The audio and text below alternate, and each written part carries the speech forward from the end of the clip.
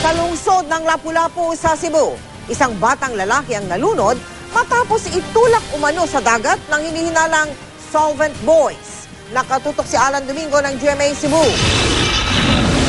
Patay na nang iuwi ng kanyang mga magulang ang 7 taong gulang na si Joshua Veloso.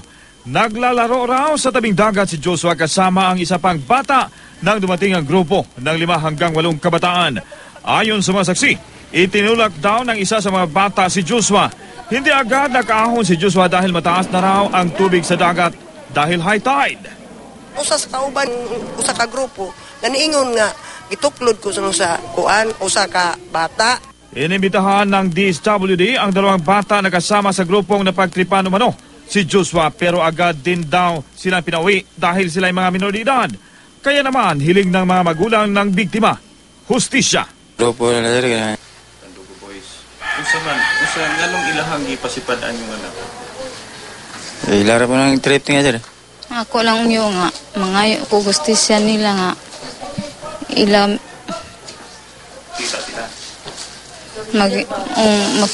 makigkuan lang sila din namo. Surrender. Aron mahibawan kung unsay kuan jud ani.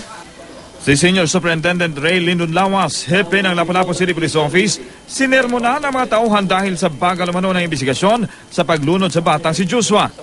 Sa kanyang pagsisiyasa at mga solvent boys umano, ang mga nasa likod ng pagkamatay ni Joshua. Really like on this angle na ako na mga grupo sa mga batanon karon in that area na who are doing some maraog sukwahi sa naandan ng paggabuhaton sa mga batanon maraog they are doing some things that would incline to commit a crime. Makikipag-ugnayan ang kapulisan sa DSWD upang malutas ang problema. Alan Domingo, nakatutok 24 oras.